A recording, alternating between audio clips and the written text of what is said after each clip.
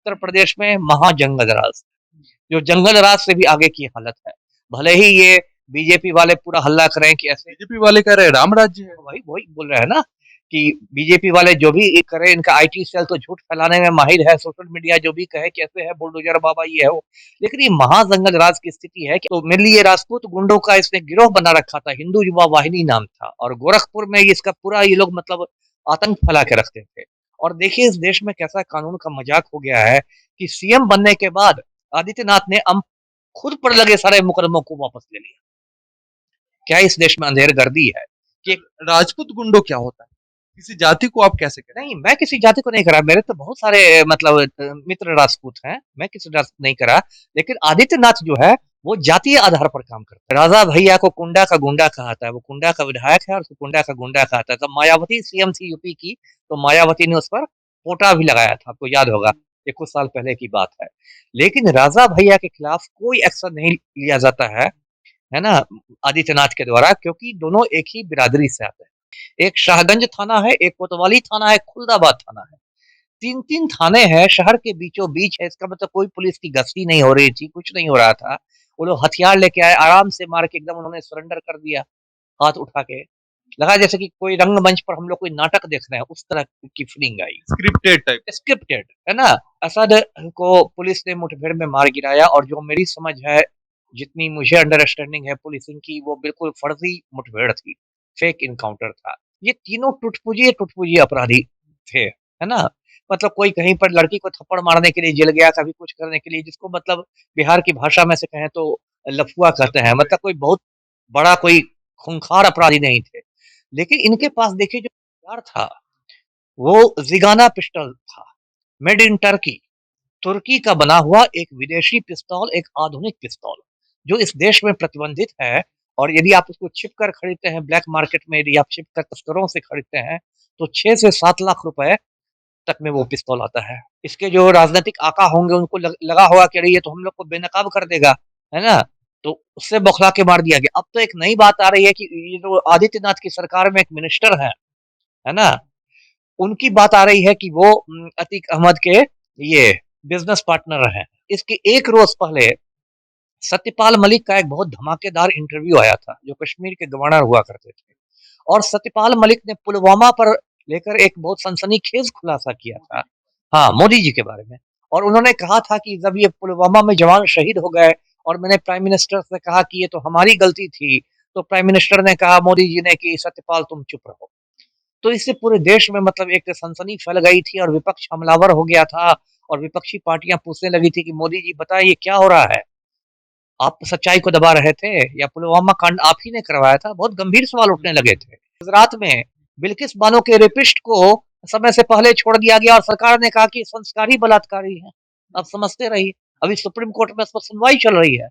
Supreme court ने फटकार लगाई है, कल ही परसों फटकार लगाई है गुजरात सरकार को और केंद्र सरकार को कि आप फाइल ला के दीजिए। योगी आदित्यनाथ, जिसको मैं पर्सनली ढोंगी आदित्यनाथ कहता हूँ, क्योंकि उसमें मुझे योगी का कोई लक्षण नहीं दिखाई देता, उसका अपना लंबा चौड़ा आपराधिक इतिहास रहा है। अतीक अहमद केस में जो है लगातार तरह तरह के जो लोग हैं तरह तरह के बयानबाजी कर रहे हैं। इसी मुद्दे पे हमारे साथ बात करने के लिए मौजूद है एक्स आईपीएस अमिताभ दास। सर सबसे पहले बहुत स्वागत। जी धन्यवाद आपका। कैसे हैं सर आप? अच्छा हूँ। एक पुलिस अधिकारी के तौर पे आप कैसे देख रहे हैं इस केस? देखिए पहले मैं दर्शकों को बता दूं संक्षिप्त में मामला क्या है ना। ये जो अतीक अहमद था, या ये इलाहाबाद का बहुत खूंखार माफिया डॉन था, और पिछले 3-4 साल से ये गुजरात के साबरमती जेल में बंद था। अभी 2-3 महीने पहले यूपी में एक उमेश पाल की हत्या हुई, और उमेश पाल की हत्या में अतीक अहमद के गिरोह का नाम आया। तो यूपी पुलिस इसको रिमांड पर लेके साबरमती जेल से यूपी आई पूछताछ के लिए। उमेश पाल हत्याकांड में इसके बेटे असद का भी नाम आया था। तो असद को पुलिस ने मुठभेड़ में मार गिराया, और जो मेरी समझ है, जितनी मुझे अंडरस्टैंडिंग है पुलिसिंग की, वो बिल्कुल फर्जी मुठभेड़ थी, फेक इनकाउंटर था। और उसके अगले दिन ये इलाहाबाद में, फेक फेक इनकाउंटर जरा समझाएंगे किसे कहते हैं? देखिए होता क्या है कि फेक इनकाउंटर ये है कि यदि आप किसी अपराधी को पकड़ लेते हैं, एक तो असली इनकाउंटर हुआ कि अपराधी गोली चला रहा है, आप भी गोली चला रहे हैं, आपने आत्मरक्षा में गोली चलाया, मर गया। फेक इनकाउंटर उसको कहते हैं जब अपराधी ने सरेंडर कर दिया हो, या अपराधी को आप पकड़ चुके हो, तो कायदा ये है कि आप उसको कोर्ट में पेश करें और वो जेल में जाए। लेकिन यदि कोई सरेंडर कर दिया या आपने उसको पकड़ लिया और पकड़ने के बाद आप उसको भून देते हैं गोलियों से और उसके बाद एक झूठी कहानी बनाते हैं, किस्सा तोता मैना बनाते हैं कि ऐसे हो रहा था। जैसे विकास दुबे वाला में आपको याद होगा कि हम लोग ला रहे थे, तो गाड़ी पलट गई, तो फिर उसने हमसे पिस्तौल छीन लिया, तो ये चलाने लगा। उसके बाद जब पुलिस एक किस्सा तोता मैना बनाती है, तो उसी को फर्जी मुठभेड़ कहते हैं। तो खैर वो अलग बात हो जाएगी। तो ये असद के मुठभेड़ के अगले रोज ये अतीक अहमद और उसके भाई अशरफ को इलाहाबाद में एक काल्विन हॉस्पिटल है, वहां 10:30 बजे रात में मेडिकल चेकअप के लिए लाया जा रहा था। और उसी समय मीडिया वालों ने घेर लिया अतीक और अशरफ दोनों को, और उस 3 लड़के आए, वो भी मीडिया कर्मी के ही वेशभूषा में, मतलब गले में आई कार्ड लेके, हाथ में माइक वाइक लेके, और उन्होंने बिल्कुल कनपटी पर पॉइंट ब्लैंक रेंज जिसको कहते हैं लगा के गोली मार दी और दोनों मौके पर मर गए, अतीक भी और अशरफ भी। तो ये पूरा मामला है ना। अब आप पूछिएगा कि उस पर मेरे क्या ख्याल है। तो पहली बात इससे ये साफ होता है कि उत्तर प्रदेश में महाजंगल राज, जो जंगल राज से भी आगे की हालत है। भले ही ये बीजेपी वाले पूरा हल्ला करें कि ऐसे, बीजेपी वाले कह रहे हैं राम राज्य है। वही वही बोल रहे हैं ना कि बीजेपी वाले जो भी करे, इनका आईटी सेल तो झूठ फैलाने में माहिर है, सोशल मीडिया जो भी कहे कि ऐसे है बुलडोजर बाबा ये है वो। लेकिन ये महाजंगल राज की स्थिति है कि अपराधियों का मनोबल इतना ऊंचा है। देखिए, अपराधियों का मनोबल इतना ऊंचा है कि कैमरे के सामने पुलिस के प्रेजेंस में आके गोली मार रहे है ना। इस नजरिया से आप देखिए, और पुलिस कुछ कर नहीं पा रही है, जबकि उसके आसपास में इलाहाबाद की जिनको जानकारी होगी, उनको मालूम होगा, उसके आसपास में 3-3 थाने हैं। एक शाहगंज थाना है, एक कोतवाली थाना है, खुलदाबाद थाना है। 3-3 थाने हैं, शहर के बीचों बीच है। इसका मतलब कोई पुलिस की गश्ती नहीं हो रही थी, कुछ नहीं हो रहा था। वो लोग हथियार लेके आए, आराम से मार के एकदम उन्होंने सरेंडर कर दिया, हाथ उठा के। लगा जैसे कि कोई रंगमंच पर हम लोग कोई नाटक देख रहे हैं, उस तरह की फीलिंग आई। Scripted type. स्क्रिप्टेड, है ना। और अब तो ये बात भी आ रही है, ये सब तो जांच पड़ताल का विषय है कि ये तो तीनों अपराध, ये हत्यारे थे, ये पुलिस की गाड़ी से ही आए थे, और क्या क्या बातें आ रही, ये भी बातें सामने आ रही बात आ रही है। तो मतलब कितनी अजीब बात है, पहली बात। दूसरी बात ये कि ये दो तीनों अपराधी जो पकड़े गए हत्यारे, एक लवलेश तिवारी है, एक अरुण मौर्य है, एक सनी सिंह है, ये तीनों टुटपुजी अपराधी थे, है ना। मतलब कोई कहीं पर लड़की को थप्पड़ मारने के लिए जेल गया, कभी कुछ करने के लिए, जिसको मतलब बिहार की भाषा में से कहें तो लफुआ कहते हैं। मतलब कोई बहुत बड़ा कोई खूंखार अपराधी नहीं थे। लेकिन इनके पास देखिए जो हथियार था, वो जिगाना पिस्टल था, मेड इन टर्की, तुर्की का बना हुआ एक विदेशी पिस्तौल, एक आधुनिक पिस्तौल, जो इस देश में प्रतिबंधित है।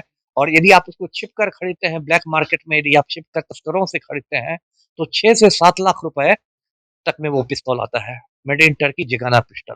अब देखिए, मैं इतने रहा, मेरा ये अनुभव है कि ये जो टुटपुजी सड़क छाप अपराधी होते हैं, यदि हत्या भी करते हैं या कुछ भी करते हैं, तो ये लोग कट्टा से करते हैं, है ना। देशी पिस्तौल होता है, कंट्री कंट्री मेड, जो देशी कट्टा से करते हैं। इस तरह के आधुनिक हथियार, जो कि ये जो दिगाना पिस्टल है, मलेशिया में, अजरबैजान में कई देश की सेनाएं इसका इस्तेमाल करती हैं। आप इसी से समझिए कितना मतलब सोफिस्टिकेटेड हथियार है ये। और ये पिस्तौल इनके पास कैसे आया, ये बहुत बड़ा मतलब जांच का बिंदु है, क्योंकि इससे ये बात आती है। कनेक्शन कहाँ से? वही मैं कह रहा था कि ये तो भाड़े के टट्टू थे, इनके पीछे किसी बहुत बड़े माफिया का बरदास्त। ऐसा भी हो सकता है कि अतीक अहमद जहां पहले जिस पार्टी में थे, हो सकता है उनका कुछ राज खुलने वाला था, तो वो भी करवा सकते। देखिए, इसमें बहुत संभावनाएं हैं, अलग अलग संभावना है। एक बात आपने ये भी कही, ठीक है, अतीक अहमद कुछ राज खोलने लगा था गाँव में, और ये तो पहले सफेद पोस्ट था, माननीय सांसद, और फूलपुर का माननीय सांसद था, माननीय बन के घूमता था। इसकी भी संभावना, इसके जो राजनीतिक आका होंगे उनको लगा होगा कि अरे ये तो हम लोग को बेनकाब कर देगा, है ना। तो उससे बौखला के मार दिया गया। अब तो एक नई बात आ रही है कि ये जो आदित्यनाथ की सरकार में एक मिनिस्टर है ना, उनकी बात आ रही है कि वो अतीक अहमद के ये बिजनेस पार्टनर हैं। हाँ, और उनके साथ अतीक अहमद का मतलब ये कारोबार चलता था। अतीक अहमद ने उनको ऐसी बात जो आ रही है, मतलब सूत्रों से, कि अतीक अहमद ने उनको करोड़ रुपए दिए थे कुछ बिजनेस करने के लिए, फिर अतीक अहमद वापस मांगने लगा था, उसमें आनाकानी कर रहे थे, और फिर मंत्री महोदय ने ही अतीक अहमद को टपका दिया। ये बात भी आ रही है। एक और देखिए, मतलब बड़ी बात क्या है इससे, कि टाइमिंग देखिए अतीक अहमद की हत्या की। इसके एक रोज पहले सत्यपाल मलिक का एक बहुत धमाकेदार इंटरव्यू आया था, जो कश्मीर के गवर्नर हुआ करते थे। और सत्यपाल मलिक ने पुलवामा पर लेकर एक बहुत सनसनीखेज खुलासा किया था। हाँ, मोदी जी के बारे में। और उन्होंने कहा था कि जब ये पुलवामा में जवान शहीद हो गए और मैंने प्राइम मिनिस्टर से कहा कि ये तो हमारी गलती थी, तो प्राइम मिनिस्टर ने कहा मोदी जी ने कि सत्यपाल तुम चुप रहो। तो इससे पूरे देश में मतलब एक सनसनी फैल गई थी और विपक्ष हमलावर हो गया था और विपक्षी पार्टियां पूछने लगी थी कि मोदी जी बताइए ये क्या हो रहा है? आप सच्चाई को दबा रहे थे या पुलवामा कांड आप ही ने करवाया था? बहुत गंभीर सवाल उठने लगे थे। तो जो टाइमिंग है अतीक अहमद की उससे ये भी बात लोगों को लग रहा है कि कहीं ऐसा तो नहीं कि पूरी सत्यपाल मलिक के इंटरव्यू से लोगों का ध्यान हटाने के लिए आपने अतीक अहमद को मरवा दिया? कि पूरी की पूरी जो मीडिया है, सोशल मीडिया हो, प्रिंट मीडिया हो, इलेक्ट्रॉनिक मीडिया हो, अब अतीक अहमद करने लगे और सत्यपाल मलिक का इंटरव्यू पीछे चला जाए? तो टाइमिंग पर भी सवाल उठ रहा है। तो कुल मिलाकर जो भी हुआ है, देखिए जो भी हुआ है ये इंटरव्यू के बाद से बातों से पलटने के लिए इतना बड़ा कांड करवाया जा सकता है। बातों से पलटने के लिए नहीं, बातों को से डाइवर्ट करने के लिए, ध्यान हटाने के लिए, है ना? देखिए राजनीति में कुछ भी संभव है। लोग किसी और आप आज तो हिंदुस्तान की राजनीति इतने मतलब मैं क्या कहूँ रसातल में चली गई है और नैतिक मूल्य ऐसे खत्म हो गए हैं कि यहाँ तो कुछ भी हो सकता है। अब तो मैंने चौंकना ही बंद कर दिया है ना? कुछ हो सकता है। एवरीथिंग इज पॉसिबल वाला बात। बिल्कुल। क्या नहीं हो सकता है मतलब आपको अब देखिए गुजरात में बिल्किस बानो के रेपिस्ट को समय से पहले छोड़ दिया गया और सरकार ने कहा कि संस्कारी बलात्कारी है। आप समझते रहिए। अभी सुप्रीम कोर्ट में इस पर सुनवाई चल रही है।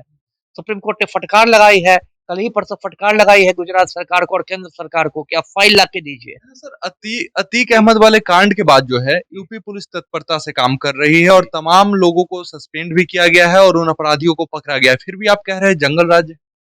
देखिए 2-3 बात है। एक सस्पेंशन की बात है तो सबसे फालतू चीज़ है। सरकार सरकार में क्या होता है कोई भी मामला जब तूल पकड़ता और हंगामा होता है, तो कुछ लोगों को जो निरीह प्राणी होते हैं उनको बरी का बकरा बना दिया जाता है। अब कोई सिपाही ये हवलदार को निलंबित कर दिया गया। इसमें भी कई 17 पुलिसकर्मियों को सस्पेंड किया गया है। अब अब ये कौन होंगे सिपाही हवलदार रैंक के रैंक होंगे, एक कोई दरोगा जी होंगे। तो जो निरीह प्राणी होते हैं जिनके आगे पीछे कोई नहीं रहता है ना? उनको निलंबित कर दिया जाता है, वाहवाही बटोरी जाती है, देखिए हमने कितनी कड़ी काम की। देखिए, मैं पूरी राजनीति आपको समझाता हूँ, यूपी का जो मुख्यमंत्री है, योगी आदित्यनाथ, जिसको मैं पर्सनली ढोंगी आदित्यनाथ कहता हूँ, क्योंकि उसमें मुझे योगी का कोई लक्षण नहीं दिखाई देता। उसका अपना लंबा-चौड़ा आपराधिक इतिहास रहा है। आप सोशल मीडिया पर देख रहे होंगे कि जब वो चुनाव लड़ने वाला था और उसने शपथ पत्र में अपना आपराधिक इतिहास लगाना शुरू किया, तो उसको पन्ने कम हो गए और उसने ये सच्चाई है क्या सर? अरे बिल्कुल मैं अब कैमरे में ऑन रिकॉर्ड कह रहा हूँ, आप गूगल कर लीजिए। पन्ने कम पड़ गए, इतना लंबा चौड़ा उसका आपराधिक इतिहास था, उसने एक्स्ट्रा पेज लगाया शपथ पत्र में, है ना? इसका बाकायदा एक मतलब हिंदू युवा वाहिनी नाम का ये गिरोह चलाता था और वो गिरोह गोरखपुर में दंगे करवाता था। इस योगी आदित्यनाथ का असली नाम ये है अजय सिंह बिष्ट है। तो अजय सिंह बिष्ट ने मेनली राजपूत गुंडों, ये राजपूत जाति से आता है, तो मेनली ये राजपूत गुंडों का इसने गिरोह बना रखा था, हिंदू युवा वाहिनी नाम था और गोरखपुर में इसका पूरा ये लोग मतलब आतंक फैला के रखते थे। और देखिए इस देश में कैसा कानून का मजाक हो गया है कि सीएम बनने के बाद आदित्यनाथ ने खुद पर लगे सारे मुकदमों को वापस ले लिया। क्या इस देश में अंधेर गर्दी है कि राजपूत गुंडो क्या होता है? किसी जाति को आप कैसे करें? नहीं, मैं किसी जाति को नहीं करा। मेरे तो बहुत सारे मतलब मित्र राजपूत हैं। मैं किसी राजपूत नहीं करा।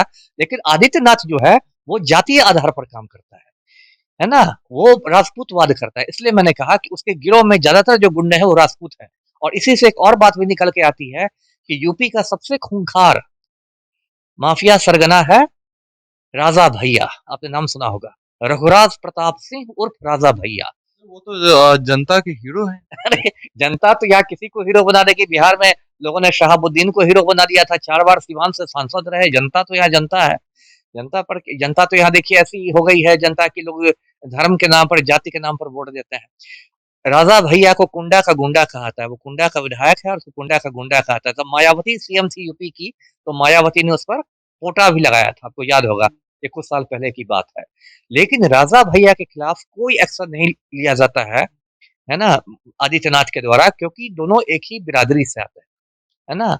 दोनों एक ही जाति से आते हैं। तो इसी तरह आपको मैं कुलदीप सेंगर का नाम याद होगा, उन्नाव रेप केस में जिसका नाम आया था। वो भी राजपूत बिरादरी का ही था, इसलिए आखिर तक उसको आदित्यनाथ ने बचाने की कोशिश की थी। जब पीड़िता ने आत्मदाह की धमकी दी, तब जाकर एफआईआर हुआ था। विकास दुबे तो वे ब्राह्मण थे, वो भी उच्च जाति से आते थे, फिर भी तो उन उसका भी एंगल मैं समझा देता हूँ। विकास दुबे का जब राइज होने लगा, तो उससे वहां पर ब्राह्मणों और ठाकुरों के बीच रस्साकशी चलती है यूपी में, है ना? ये मतलब यूपी की बात नहीं है, पूरे हिंदुस्तान में आप देखेंगे जातीय आधार पर रस्साकशी चलती है। तो विकास दुबे का जब उदय होने लगा, तो वहाँ वहाँ जो राजपूत अपराधी थे यूपी के, जैसे एक ब्रजेश सिंह का आपने नाम सुना होगा, बहुत खूंखार है, आजकल जेल में है, वाराणसी जेल में है सर, और जेल में एकदम ठाट से रहता है वो, मतलब कहने के लिए सिर्फ जेल है। ऐसे बहुत सारे क्रिमिनल हैं यूपी में। तो विकास दुबे का जब उदय होने लगा, तो वहाँ के राजपूत अपराधियों को लगा कि ये हमारे लिए चुनौती बन सकता है, तो उन्होंने आदित्यनाथ से कह के विकास दुबे का खेल खत्म कर दिया। ये सब आपको कैसे पता चला? देखिए, एक तो मैं सूत्र तो बता नहीं सकता, मैं खुद इतने समय आईपीएस रहा हूँ। यूपी में मेरे बहुत सारे बैचमेट्स आईपीएस हैं, है ना? मैं किसी का नाम क्यों बताऊंगा, उनको वो फंसाएंगे। तो मुझे तो मतलब क्या आप कह सकते हैं कि ये सत्ता के गलियारों की बात मालूम होती रहती है, और इसलिए सब बात मैं डंके की चोट पर कह रहा हूँ, कि मैं छिप कर नहीं कह रहा, माइक पर कह रहा हूँ, कैमरे पर कह रहा हूँ, और इस पर मैं टिके रहूंगा। सावरकर तो होने की माफी मांग लूंगा बाद में। तो इसलिए ये सब स्थिति है, जो अतीक अहमद वाला कांड हुआ है वो बहुत मतलब गलत हुआ है जी। तो अतीक अहमद से लोग पूछ रहे हैं कि इतनी हमदर्दी लोगों को क्यों? नहीं नहीं, अतीक अहमद से क्या हमदर्दी होगी? मैं तो बार बार कह रहा हूँ कि वो कुख्यात माफिया सरगना था। हमदर्दी की बात नहीं है, मुझे गलत कोई नहीं समझे, हमदर्दी क्यों रहेगी? मेरा ये कहना है कि प्रक्रिया का पालन नहीं हुआ। देखिए, कोई भी सभ्य देश में, उमेश पाल के साथ भी नहीं हुआ। हाँ, तो कहा सही कह रहा हूँ, है ना? ये तो नहीं कह रहा कि उमेश पाल वाली का बहुत है। देखिए, किसी भी सभ्य देश में उन लोगों के बारे में क्या कहेंगे जो उमेश पाल के समय चुप थे और अभी जो है अतीक अहमद के साथ हुआ तो उस पे आकर बाहर बोल रहे हैं? वो पाखंडी है। सीधे शब्दों में कहूँ कि वो पाखंडी है। उनके दोहरे मापदंड हैं। क्योंकि उमेश पाल की भी हत्या गलत थी, अतीक अहमद की भी हत्या गलत है। तो एक को आप सही, दूसरे को गलत नहीं कर सकते। सीधे शब्दों में कहें, मैं कहता हूँ कि वो पाखंडी थे। देखिए, एक किसी भी सभ्य देश में न्यायपालिका होनी चाहिए ना। और आप तो पढ़े लिखे, आप बताइए, दंड देने का काम किसका है? न्यायालय का काम ना है, कि पुलिस वाले का काम है, कि लवलेश तिवारी का काम है? दर्शकों को याद होगा कि बंबई पर जो हमले हुए थे, आतंकी हमले, तो उसके बाद अजमल कसाब नाम का एक पाकिस्तानी आतंकी पकड़ा गया था, जिंदा पकड़ा गया था। चाहती तो बंबई पुलिस भी उसको फर्जी मुठभेड़ में मार देती, कहती कि गाड़ी पलट गई उसको ले जाते समय, लेकिन ऐसा नहीं किया गया। बाकायदा उसको चार्जशीट किया गया, फिर ट्रायल खुला, फिर कोर्ट में सुनवाई हुई, 3-4 साल तक सुनवाई चली, कड़ी सुरक्षा में उसको रखा गया, किसी की हत्या ना हो जाए। और उसके बाद सारी गवाहियां हुई, और अंत में अजमल कसाब को मौत की सजा सुनाई गई, और तब उसको फांसी पर लटकाया गया। तो ये एक प्रक्रिया के तहत हुआ, है ना? लेकिन इस तरह से जो हो रहा है कि आप उसको पकड़ के मार दे, कल वो उसको पकड़ के मार दे, कल उसको गोली मार दी जाए, तब तो ये मतलब एकदम अराजक स्थिति हो जाएगी। तो फिर भारत और अफगानिस्तान में फर्क क्या रह जाएगा? जैसी वहां अराजक स्थिति, यहाँ अराजक स्थिति। बहुत धन्यवाद। जी, आपका